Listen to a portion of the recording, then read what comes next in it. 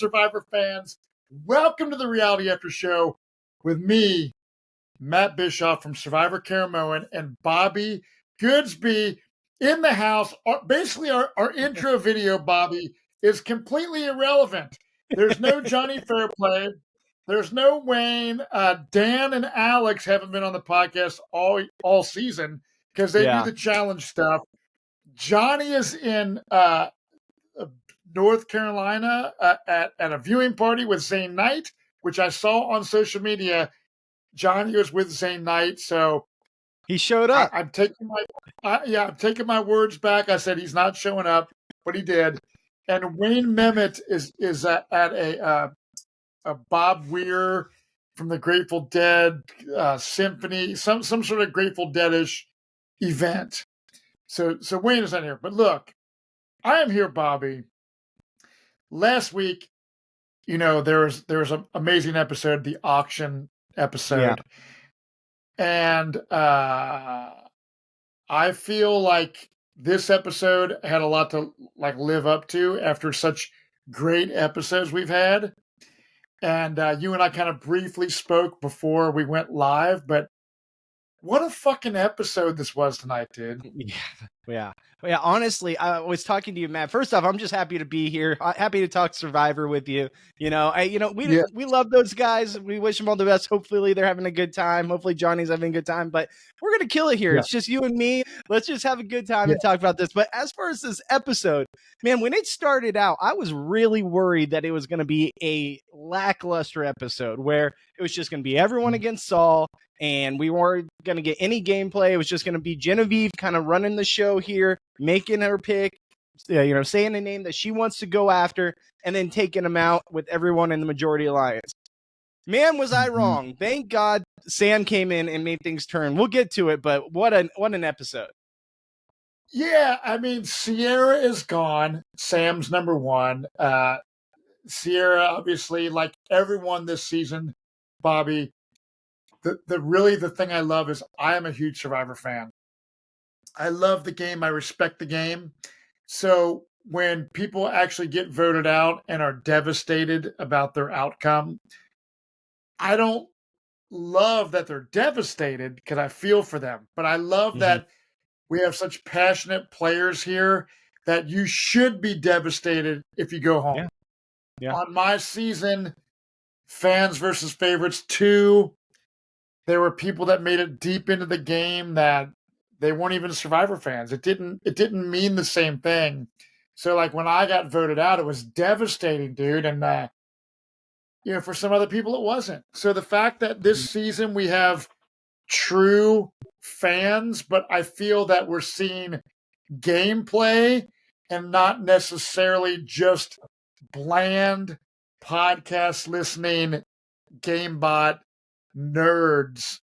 I feel we have well-rounded players, and I feel that casting finally did a good job giving the fans what we want to see, and that's take a bunch of different people and let them play this game. And there's twists and turns and advantages, and even tonight, I was like, fuck, I'm taking notes. Shit, okay, there's a journey, and then these two people lose this and these two people, but I've been cool with it for the most part. Historically, I've said on the podcast, idle nullifiers or fire tokens or this, that. I'm over it. But I feel that they've done a good job this year of making it entertaining. And I think tonight we had a very entertaining episode of Survivor. Yeah, it feels a lot like old school Survivor this season, where there's not too many advantages. There's not too many, secret powers or what have you. The one thing I absolutely agree with you on, and I feel like the new era, if there's anything that it's brought that's really benefited the game and the longevity of Survivor, is the fact that they have cast fans. They've cast people that want to be there. They've cast people that aren't just recruits. They're not just these model type people that are just out there to get their name recognition or be on social media or have some kind of relevance post game. They're there to play the game because they're fans of the game and they want to play. The biggest thing that's happened to Survivor was them going on Netflix, and now it opened up to a huge variety of people that all stream on Netflix. Everyone in the world has Netflix basically nowadays. So you are able to see this show that a lot of people didn't know was there. They knew it was there. They probably thought, oh yeah, Survivor, that old show. But they weren't around to really be a part of it. And now they got to see some of the greatest seasons that Netflix put on there, that CBS was like, let's put Kagayan on there. Let's put Heroes versus Villains. Let's put all these things out there that are going to generate a new audience, a new fandom.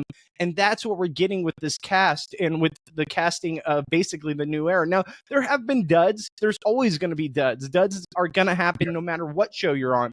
But this season has really showed and highlighted the value of fans being on the show, people that want to be there, and people that are going to play the game hard because they know that there's so much at stake for them when it comes to just playing the game that they love.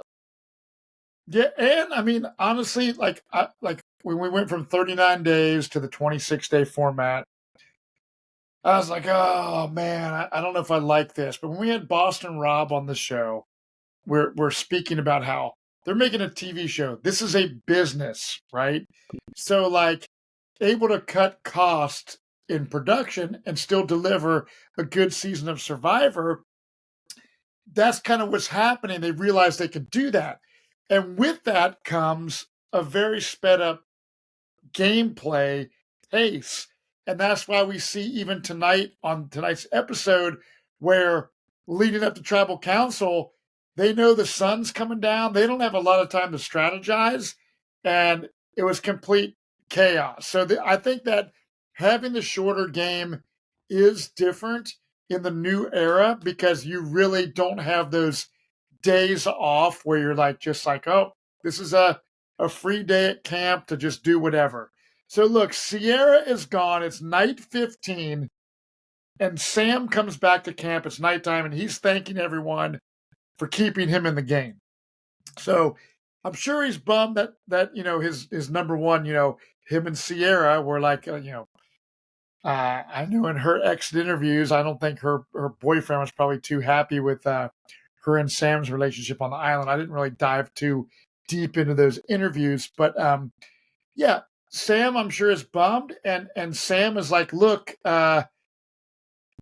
they pulled this one over on me, and now it's going to be time for war because I'm not happy, and I like that Sam has a reaction that he does, and his demeanor in tonight's episode, where he doesn't come off super emotional, where he's like, screw everybody.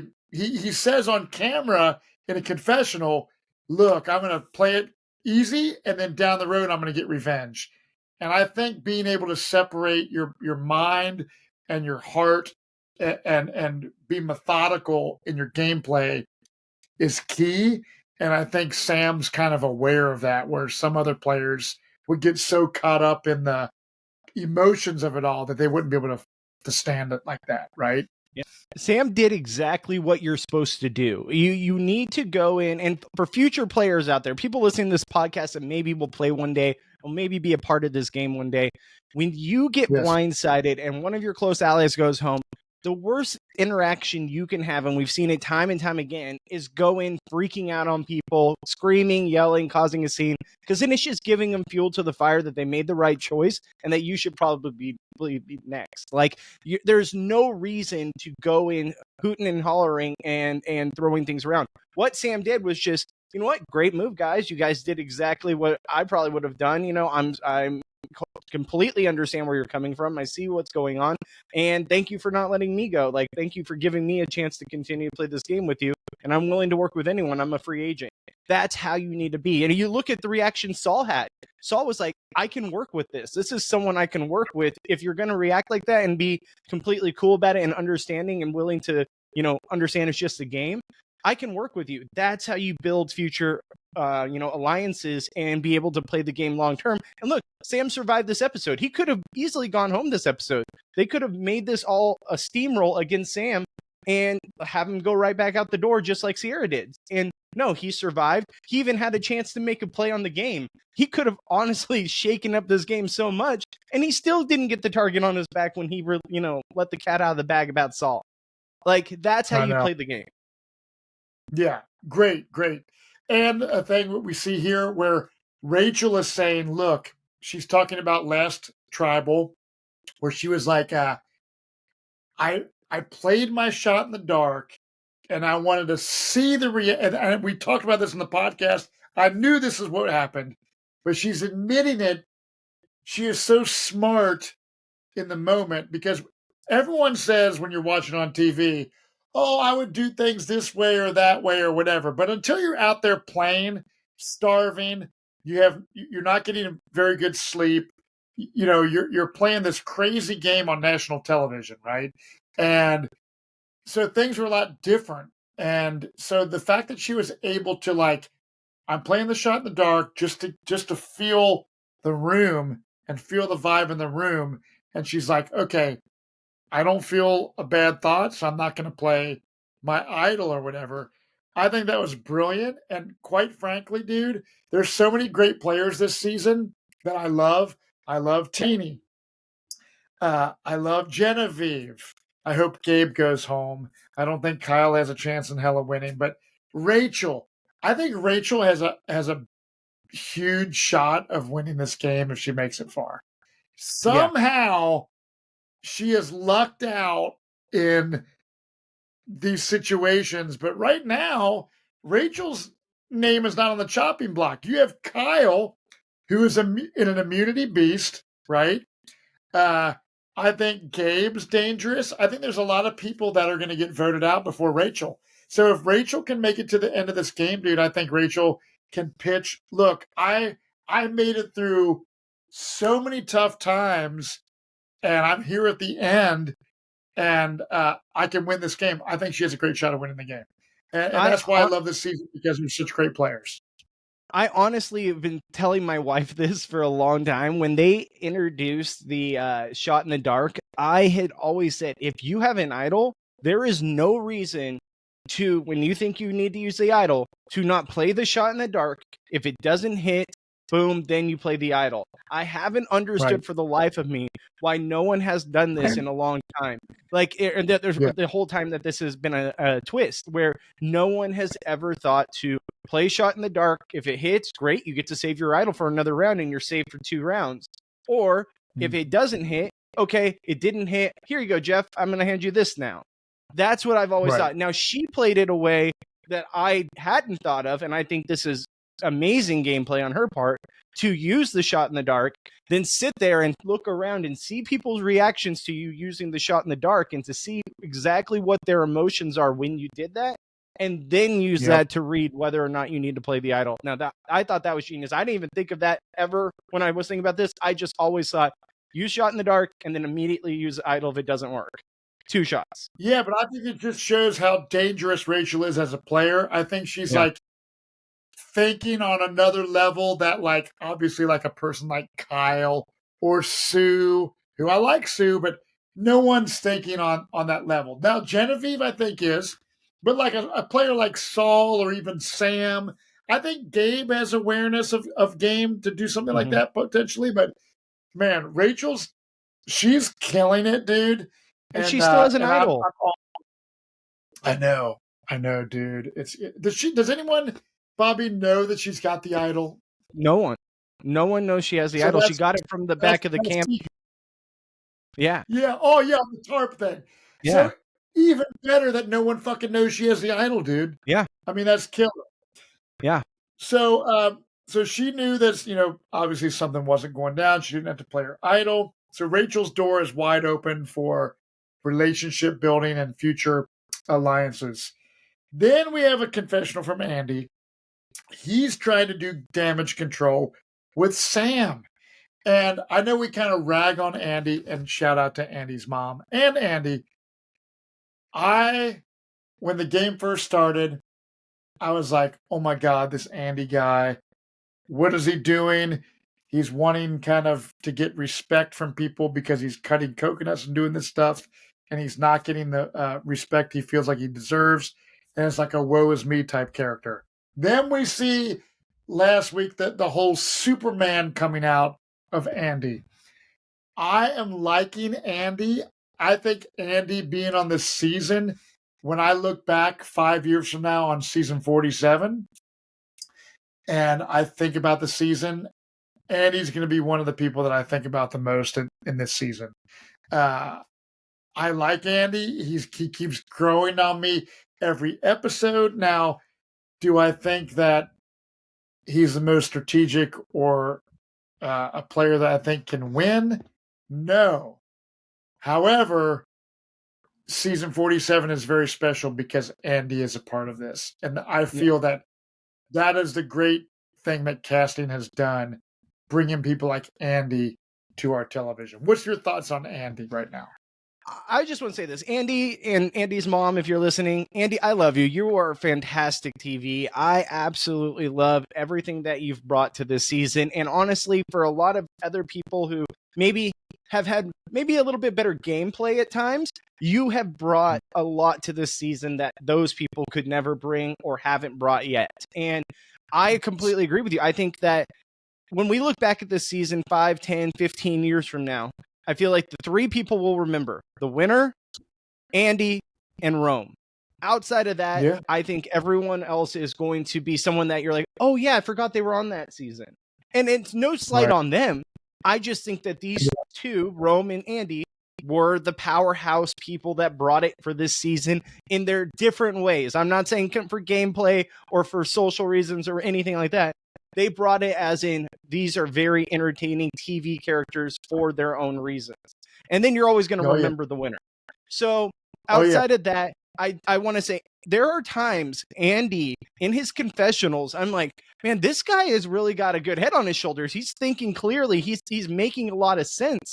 When he was talking about the Annika and Rachel situation about, hey, I know what they're trying to do. They're trying to bring me in, but I'm going to backstab them. And just certain situations along the game that I've been like, damn, this guy's got a good head on his shoulders. But then he just is like Charlie Brown with the football, where all of a sudden Lucy moves a football and he falls on his back. Like, that's exactly how I picture Andy. He's Charlie Brown trying to hit the football, and it's perfect TV for Survivor. It is, and we see this confessional, and it's not a confessional. It's Andy and Rachel talking, and it's about their relationship, and they kind of relate to it as like ping ponging, right? It's like early in the game they were talking, and then something happens, right? And they're showing. This is what I do love, that Survivor tonight. The editors showed you some of the previous things from early on in the season, showing the relationship that Andy and Rachel have had, and the flashing back of the blind sides and this and that. I love this, and I love the fact that they're starting anew and talking about actually working together in the future. Because for one, like you said, Andy's going to be memorable as hell. Rachel is a super smart player, and seeing this kind of back and forth thing we see here tonight, I love it. I love it. Do we have any clips from that? Yeah, no? I actually have a clip right here. Let's play it. Despite all this, it's like I've always felt the same way about you. Like, we should probably take this opportunity to actually, okay, can we work together? Maybe we can work together. Actually work together. There we go. I mean, come on now, dude. And it's so funny when they're showing the footage of just 15 days ago when the game first started. Andy did not have the mustache. He looked like a totally different person. You can tell that people are actually losing weight because he looks thinner. He's got his fucking beard, not as good as yours or Bobby Goodsby.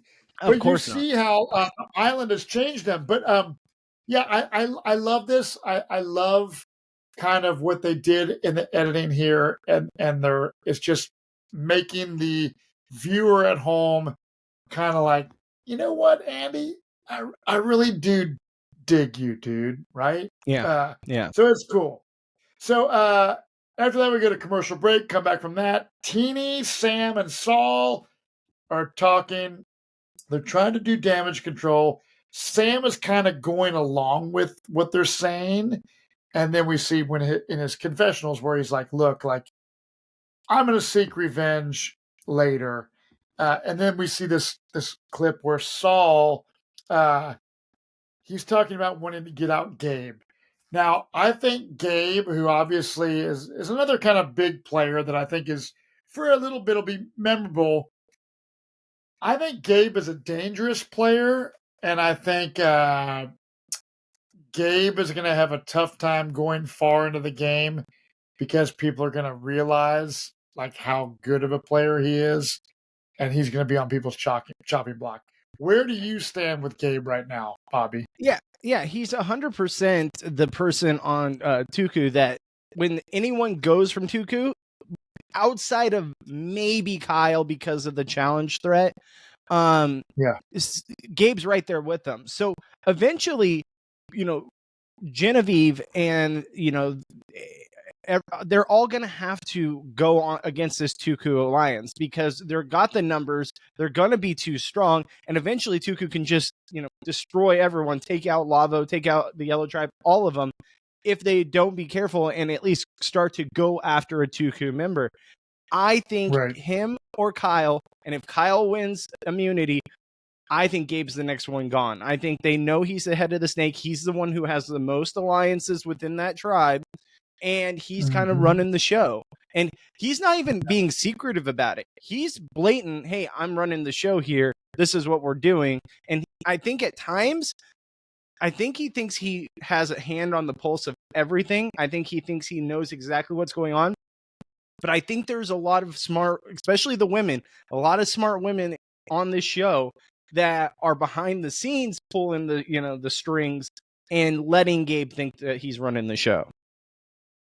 Totally, 100%. I can see through that. And I think Gabe, unfortunately, he had a good edit tonight. He's getting a lot of confessionals. He's getting a lot of airtime. And I think that with that being said, that, his days are somewhat numbered. So we see tree mail here. Teeny gets a tree mail. Look, you guys are going to must divide into 5 pairs for this immunity challenge. And only one person is safe. So even when you pair with somebody, it's going to be a duel. That last pair is going to have to break up and someone's going to have to win. So we see these pairs. They're kind of agreeing on this at camp with really not that much argumentative kind of deal. It's kind of naturally coming together. We see Sam and Andy saying, hey, let's become a pair. We see Gabe and Kyle becoming a pair. Where I know Kyle's like, look, I know I can beat Gabe in a duel or whatever. And then Sue and Genevieve, Caroline and Rachel, and Teeny and Saul. So those are the pairs. And as we go into, come on in, everyone comes in. It's immunity challenge and reward. The reward is like BLT sandwiches, chips, and like soft drinks or something, which food in this game, they're not getting a lot of food. So anytime you get food, it's a great reward. And immunity.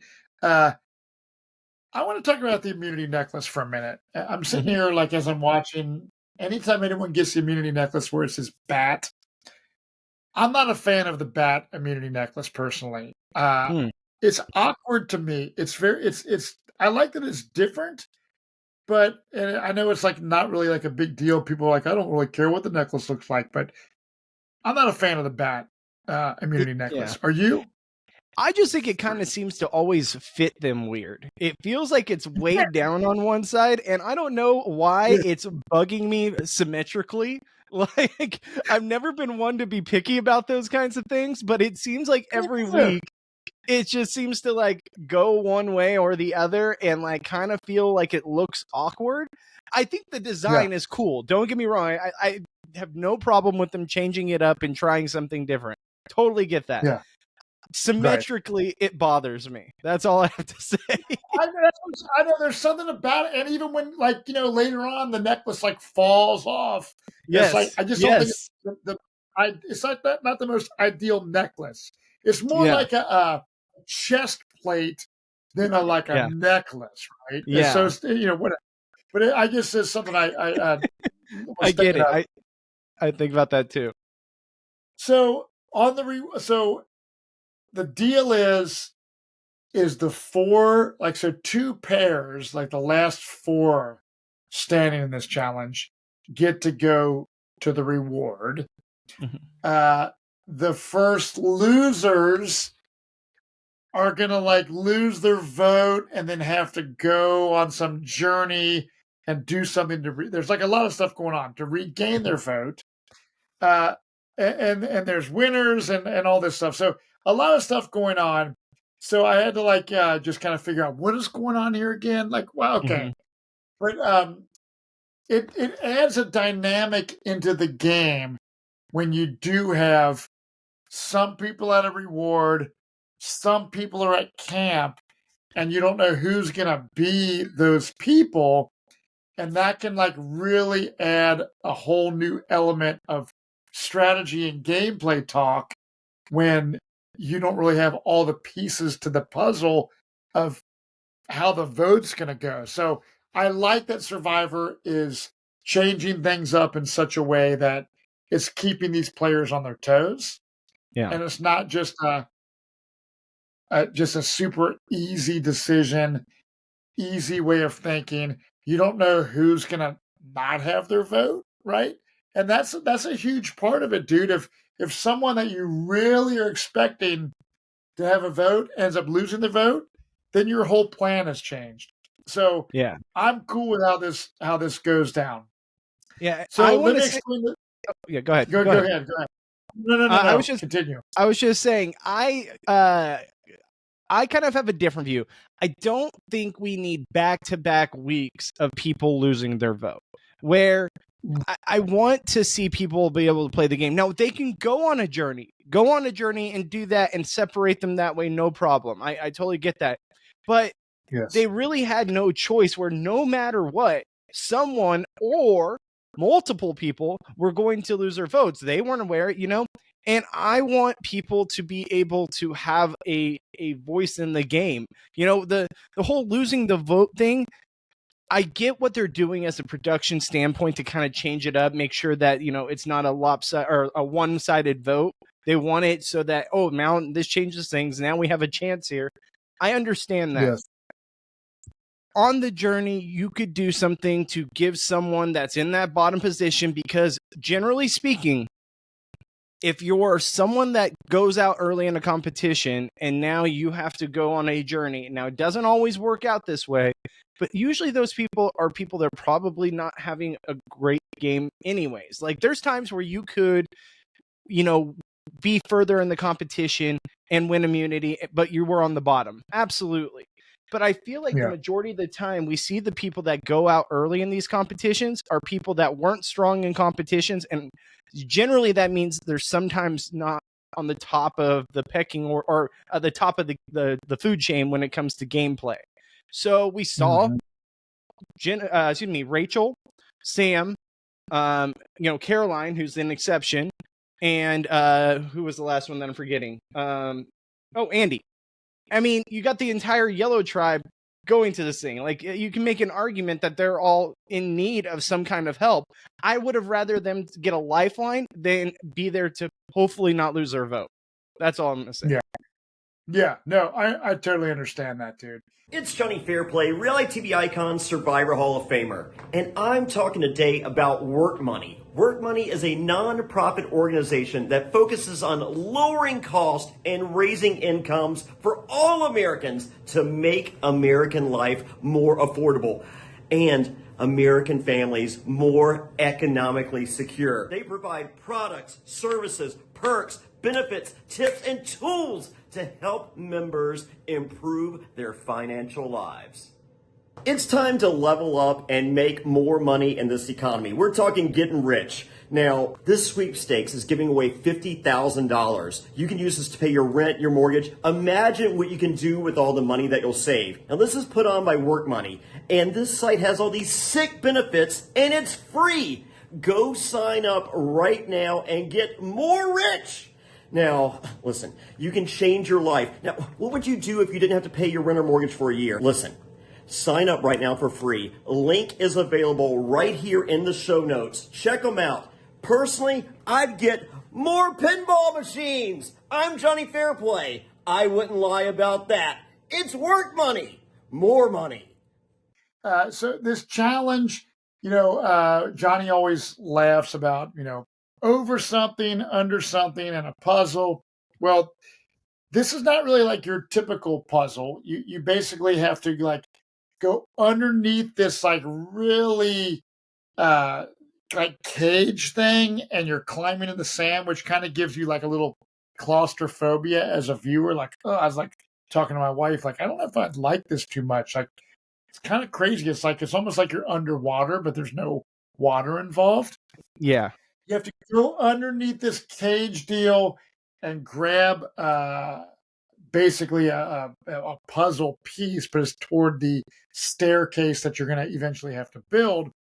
So you go through there. I noticed Genevieve has her buff on and she's covering her mouth, which I think was a great strategy because she wasn't able to get sand in her face. So good on you. So I think she was smart. I have a note here. Sam and Andy, when they're like digging in, like once you go through that first part of the challenge and you're digging where the flag is for the next piece, and they find the bag and they pull it up and they rip the bag and they're like, Jeff, the bag ripped. And Jeff's like, sorry, dude. I don't know what to tell you, but yeah, you guys tried to rip it prematurely and you got fucked. So I like that. I like that Jeff's kind of like, just like, dude, sorry about your luck. So I like this challenge. It was different. And in Fiji, we typically see a lot of water challenges. So to see like a challenge like this on land, I was cool with the challenge. But what I'm not cool with, dude, is commercial breaks mid challenge. I'm not really a fan of that. So you're on the same page as me there. Yes. Yeah. It's just like I'm watching the show and I'm like, yes, yes. And I'm like, oh, commercial break. And I'm sitting there, looking at my phone and texting people like, dude, what do you think of the episode and shit? So yeah, I'm not a fan of that. But my bigger gripe is that half the episode is the competition. And we've seen that back-to-back weeks now where there's like multiple steps into, now we're going to this round. Now we're going to this round. If we have a 90-minute episode, I don't want to see 45 minutes of them in a competition to win. You can speed this up a little bit, make it all the stages in one and done. Like 15 minutes tops, we're good. I'm fine with that. But I want to see more gameplay. I want to see more strategic talk. I want to meet these players and learn more about these players. I want to see things that we're missing at camp.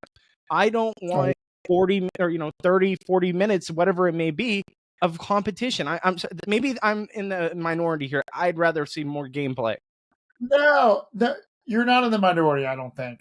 Because for me as a longtime Survivor fan, like I like the competitions, but I don't want to see a fucking 3-part competition with commercial breaks in the middle.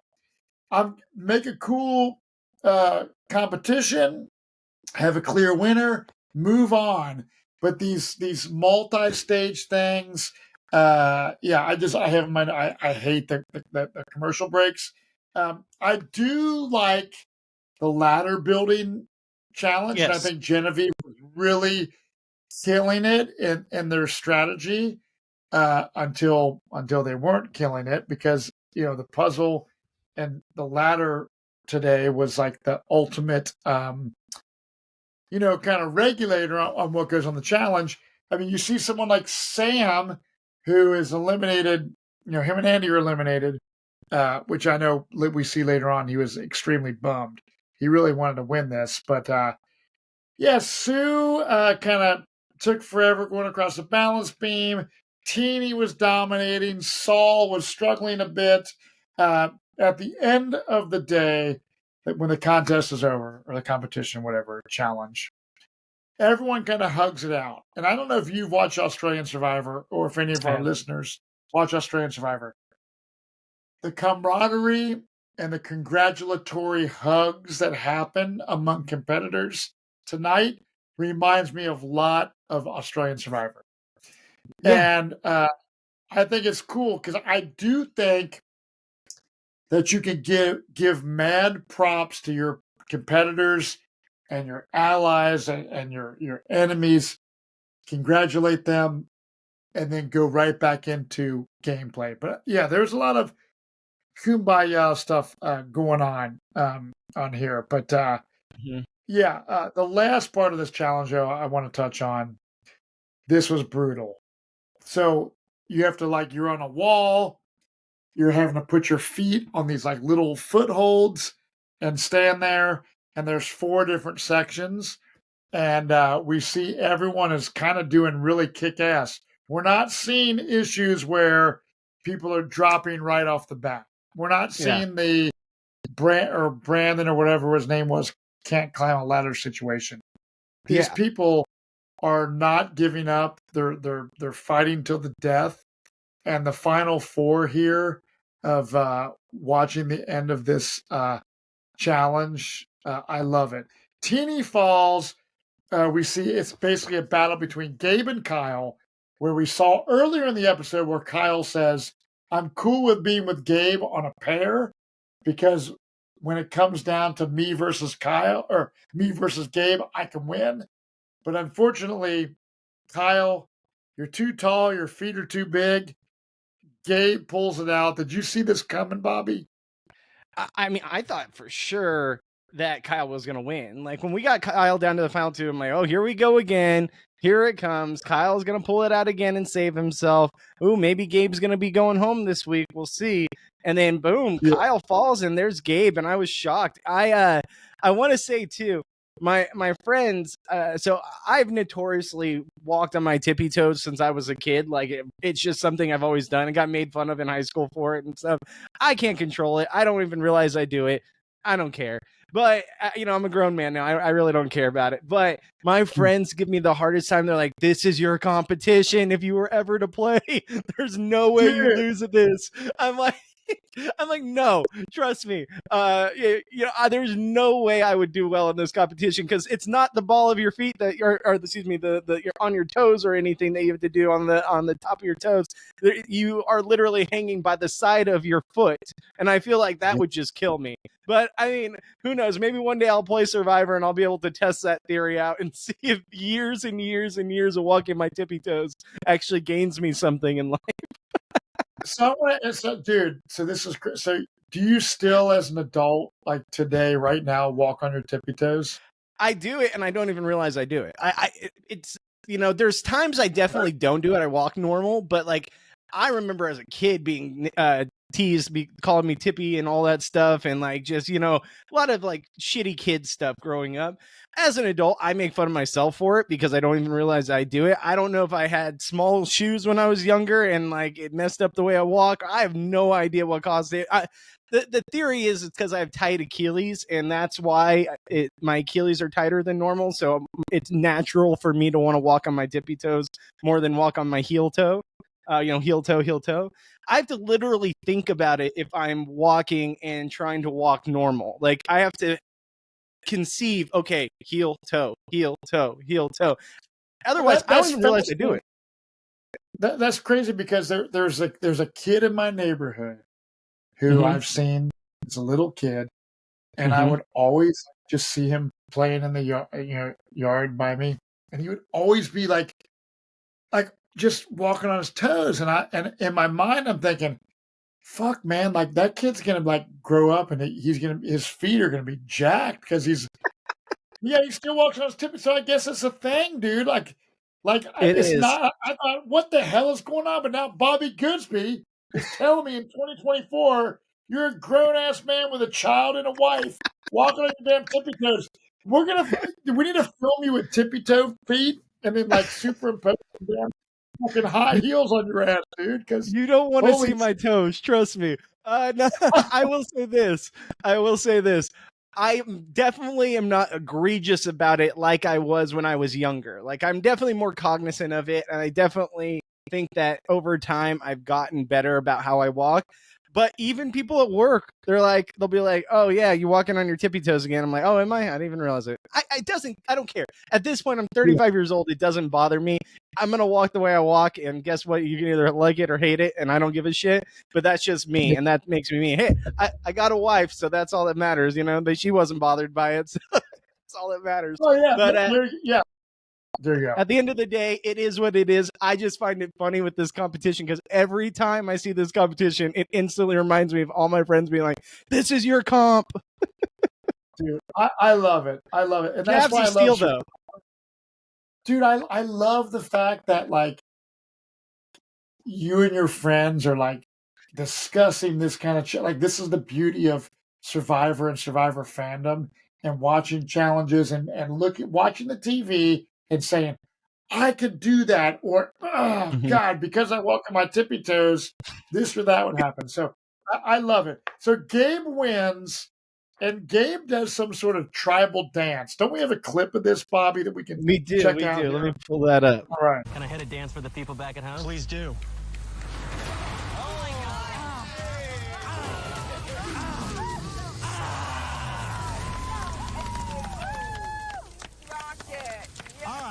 There you go with a messed up off just gonna say it. Yeah, dude, exactly. So he does this dance, and then we go from here to Andy, Sam, Caroline, and Rachel go on this journey, right? So they're going on the journey, and then there's also the reward. So we keep kind of like going to the journey, going to the reward, and then there's the people back at camp that don't have any of this shit going on. So there's kind of 3 segmented groups of people which can talk strategy and gameplay and stuff like that. So that's what's so hard about this game is because like if you're strategizing at the reward and are like, hey, we should vote out this person or that person, you don't know what's going on with the other groups of people that are strategizing. So that's like really important. So, so we kind of see this play out. So Gabe says, "Look, bucket list is fine and idle. I'm eating food." He's grunting and moaning and just this sandwich is so good. And then Saul's like, "Oh, this is good too," and he's freaking burping and he's telling the freaking audience watching the show, in my family, burping or belching or whatever you want to call it was a rite of passage. We just let it all out. So it almost becomes this like burping competition between Gabe, who's trying to like drink like soda to get some burps going. He's like, ugh. And then Saul's like, he's letting it all out. So are you able to burp really well, Bobby? Are you a belcher or no? Oh, ask my wife. I'm a belcher, a farter, everything. Okay, all of the above, and she would say 100%. I drink a lot of soda, as you can see here. I drink a lot of soda. I'm even dying for another one right now, but I don't want to leave the podcast. But it's like literally, I am right there with Saul. And I'm sorry. Can I just say? Did that not look like the best soda you've ever seen in your life? Like, I don't know what it is with if the fact that the glass it was in or how it had like the water coming off of it. And it looked super cold. I was like, I'm getting thirsty watching him drink this and just guzzling it down. I'm like, I don't blame the guy, man. That looks like the most delicious soda of all time. big soda guy over here. Oh, dude. Like, yeah, if you're on Survivor and you have the slightest bit of like food or a condiment or something, it's like the biggest thing in the world. So I can only imagine, they're on like day 16 or something, like having some soda and the gas and the burping. That's because your stomach is totally jacked. So Saul's probably has like the best burps of his life. I have a clip of it right here. Let's play that. Yes. I have Saul, who is just a burp machine. I grew up burping in front of my family. Whenever I'm just so comfortable around people, I'll let it go. I was trying to keep up with Saul. It was impossible. Dude, I love it, dude. And these 90-minute episodes are enabling production to throw in edits of this like burp. Like we're sitting here on a podcast talking about the belch off, right? That I like that. I like that there's room for the episodes to breathe. Now, like you said before, Bobby, we could have dealt without the freaking, 30-minute challenge during the episode.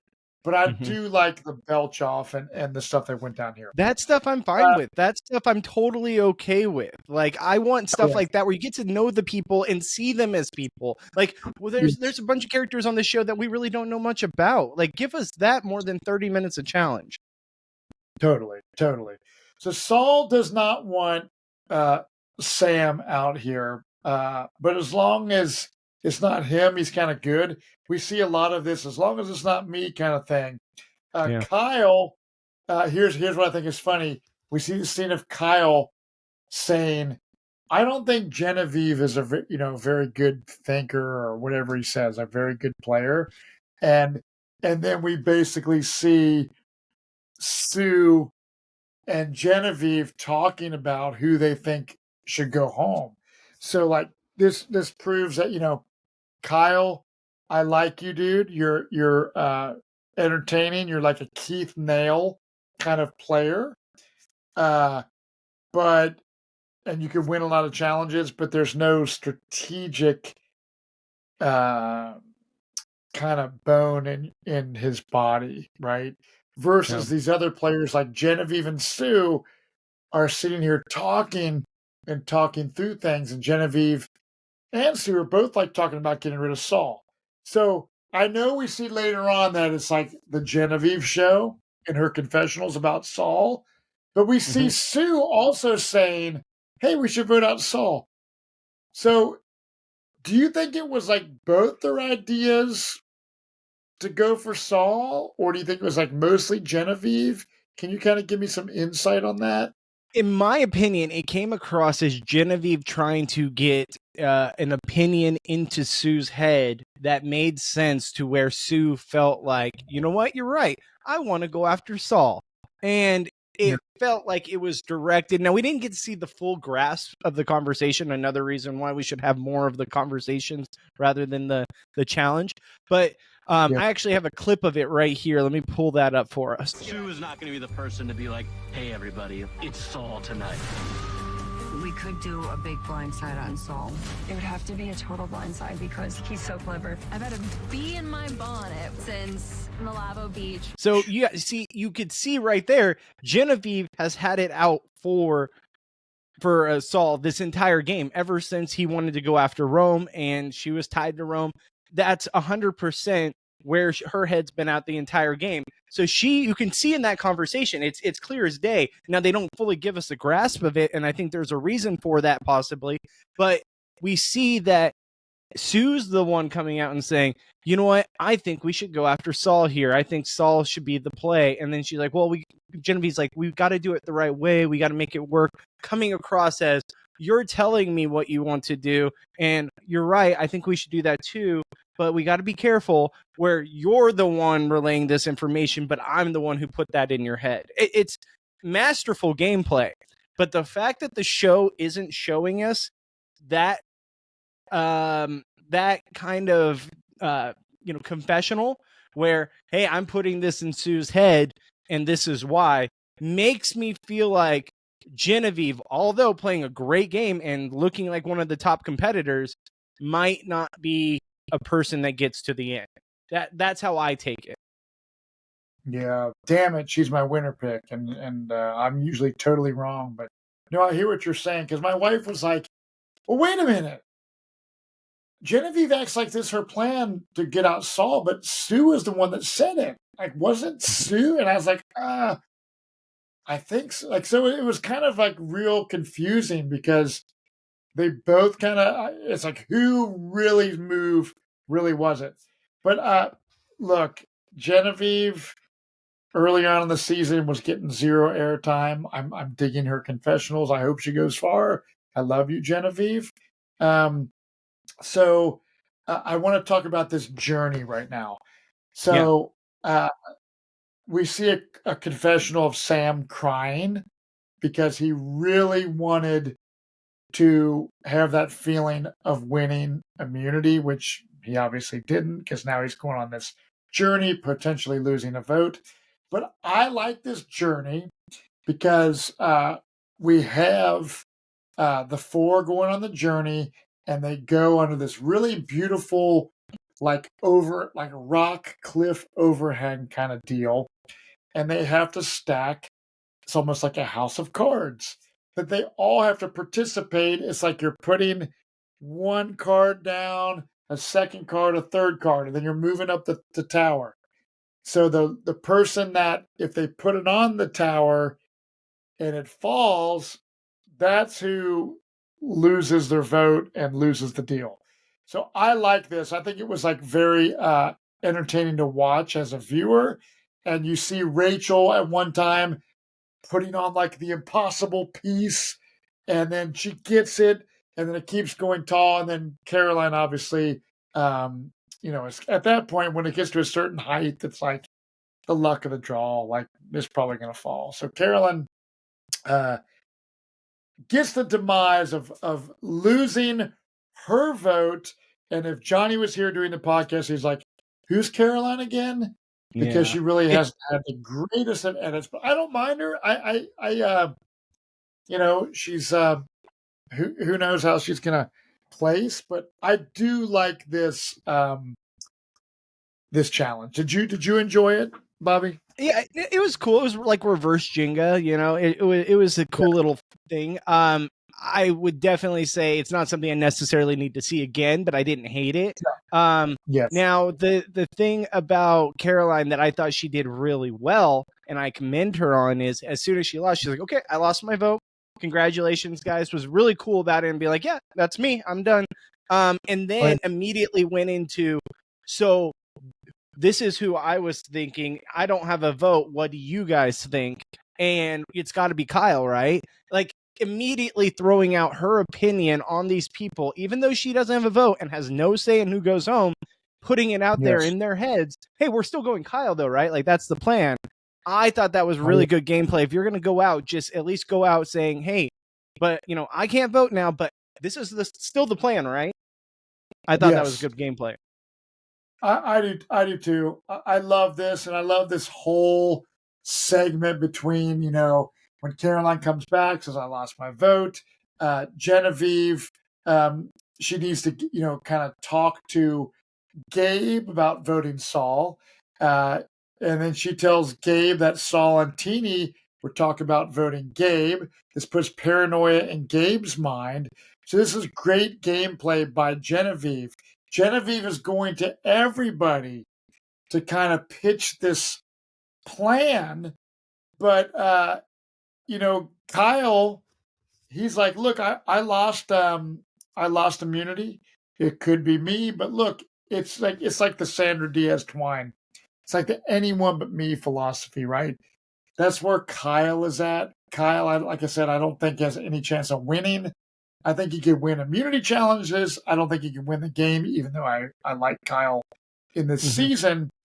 But there's so many things going on that are like, wow, how is this episode going to end?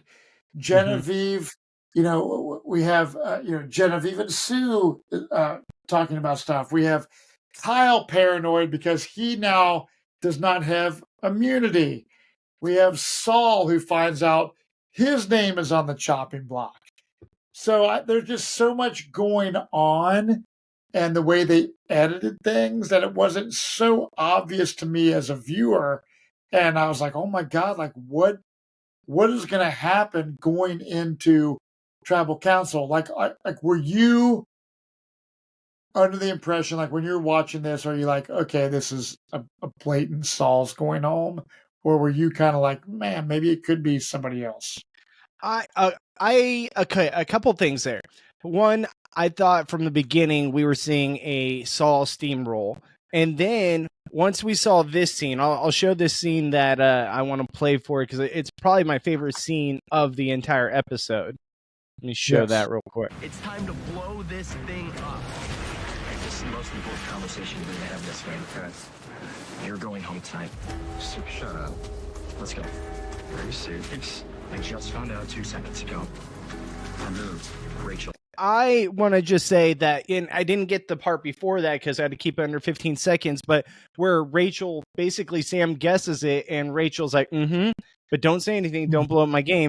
And you almost get a little bit of a break of the fourth wall where Sam gets up to go talk to Saul and the camera guy's like quickly trying to adjust to go and capture that moment. You can see Rachel just going like, oh, what did I just do? I love that. I love when we see that breaking of the fourth wall or because it's such a character moment. You're getting so much drama in that moment. And instantly I was like, okay, now we might be going somewhere. Now we might be seeing something flip on its head. And the minute that Sam threw out, hey, let's make it Sue, I instantly felt like, okay, they're going to try this. It's not going to work because one, I think Sue's too insulated. I don't think anyone is super threatened by Sue, which I think is a detriment to a lot of their games. I personally think Sue, even though she's been under-edited post-merge, Sue was very edited well pre-merge, still has an idol. Everyone forgets. She still has an idol. She can do damage. No one's even talking about that thing. And I think that Sue's longevity in this game, I could easily see her being the winner. I really could. I think she can make a big move with that idol. She can get just far enough, been with the strongest alliance the whole way. Most of her freaking tribe is going to be in the jury, for the most part, unless there's 3 in the final. I could see her winning this game. So when I heard, oh, we're going to go after Sue, while I thought it was a great move and I thought that was the right play, I think she was too insulated for them to be able to take that shot. If they would have thrown out a name like Kyle and stuck with Kyle, and Kyle was the first name that they said and stuck with, then they would have had a play there. But the fact that they started switching up, going back and forth, I was like, oh, this is going to end up being Saul. It's going to be Saul. I hate it for him. I love Saul. I think he's been a fantastic character. Too much back and forth, too much he said, she said, too much wishy-washy. I was like, maybe we'll get something in the live tribal council, which we did have a live tribal council, but I think it was too little too late. The sun was going down. You never see the sun go down that much pre-jury or pre-tribal council, where usually the show edits that out. Yeah, because everyone was saying, we don't have much time. So it was complete chaos. And like you said, Sue, look, if Sue ends up winning this game, I mean, this would be the first 45-year-old winner we've had in quite a long time. I think, to be honest with you, wouldn't she, I forget, she'd be the oldest woman winner, correct? Probably, dude. I mean, it's crazy. Because when I watch Australian Survivor, when Shane Gold won, spoiler alert, she was old on her season. So, like, there's a chance that an older female can win these games. It's like, it's right now, it's anyone's game. You have so many players. So Kyle is an immunity threat. He could go on an immunity win, but he's not going to win the game. Gabe is super strategic and a game player, but we have Teeny, we have Genevieve, we have Rachel, even Caroline, who's like under-edited. We have these great players, dude. So in tonight's episode, seeing everyone kind of battle it out, they're like stressing out because it's like we don't have a lot of time before tribal, and that's why we see when tribal council happens a live tribal, because they did not have all their ducks in a row going into it, because they didn't have enough time to strategize, dude. There's so much going on, especially with like some people at a reward, some people at a journey, some people back at camp. So it just makes for an invigorating episode. And sometimes I've complained about live tribals, like come on, I'm tired of seeing these live tribals. Because when I played Survivor, if anyone were to try to whisper outside of the tribal council, like parameters, Jeff Probst would get really pissed off. Really? Like, don't whisper. Like, they want to get everything caught on camera. But live tribals have seemed like the norm now. So on tonight, we see Saul get up. Well, he's walking. Everyone is like, who's it going to be? Who's it going to be? Everyone's whispering and talking and stuff like that. And at the end of the day, our man Saul goes home, which I love Saul. And we see Genevieve. She says, I cannot believe this just got pulled off or whatever. So props to Genevieve. Whether it was Sue and Genevieve's idea or just Genevieve putting into Sue's ear, Genevieve is my winner pick. Genevieve is extremely smart. And the fact that Saul goes home and Genevieve is happy, even when we saw the reading of the votes, Teeny, who we saw crying because she loves Saul, she voted for Saul. Everyone voted for Saul. Saul, you were awesome. I love your positive attitude and your demeanor. And I don't know who do you, Bobby, as a Survivor fan, who is his doppelganger or someone that we've seen in the past that plays like Saul? Man, that is tough. He's kind of in a class of his own because he's, in his 40s, I believe. I believe he's in his 40s. Or maybe his 30s. I don't remember, but he's older than the majority. I want to say because remember him and Sue were having the conversation that they were close in age, right? 45 and 43 or whatever. So I think that if he must have been like, damn, I look good. No offense, Sue. Love you. You're not 45. But I will say this.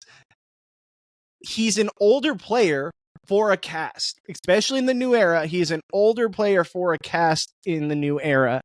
And he seemed to fit.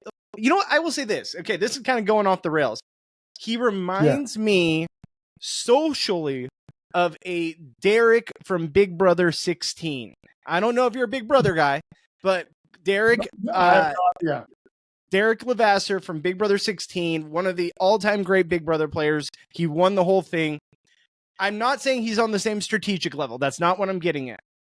I'm saying socially, Derek was an older guy. He was in his 40s in a house of young kids.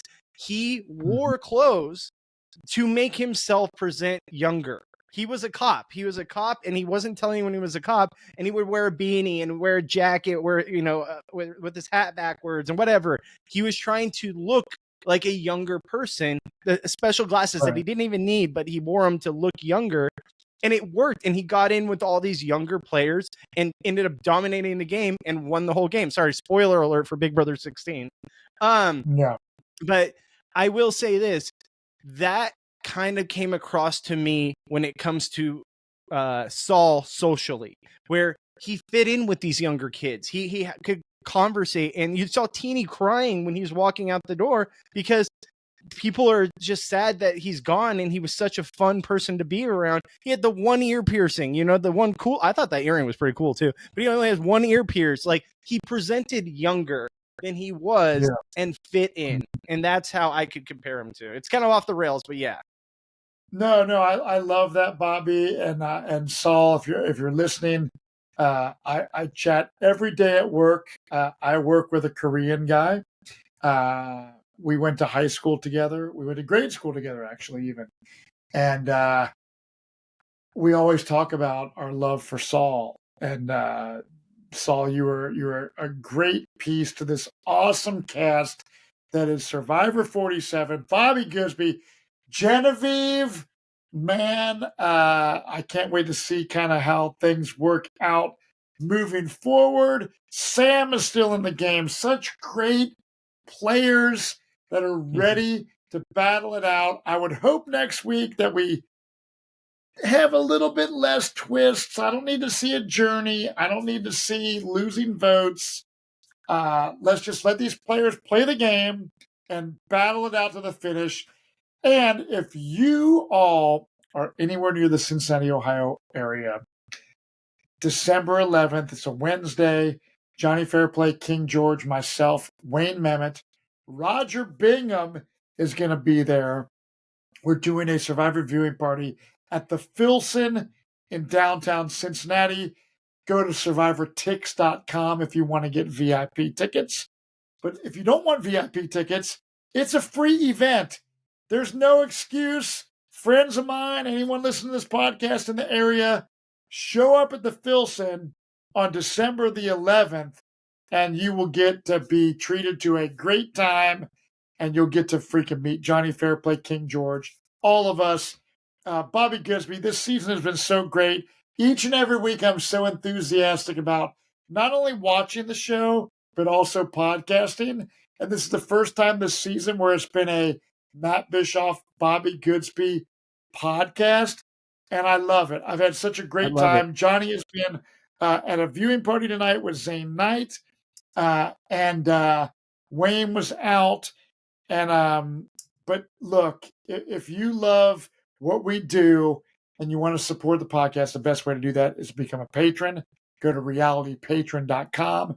We do a weekly Q&A podcast where Jonny and I answer questions that people ask us, or we just shoot the shit of what's going on. We talk our picks and our ideas for Survivor Season 50, all the rumors, all the behind-the-scenes shit. So tune in. And Bobby Goodsby, for those who don't know Bobby, Bobby is our producer. He produces all the content that we have. So if that's a challenge podcast, Big Brother, Survivor, The Summit, you name it, Bobby is doing it. So thank you, Bobby, for all that you do. You are a rock star holding this whole thing together, and we're trying to put out the best content that we can. And we will see everyone next week, Bobby, for another episode of Survivor 40 Several. Cheers, everybody, and good night. We'll see you next week. Love you guys. Bye, guys.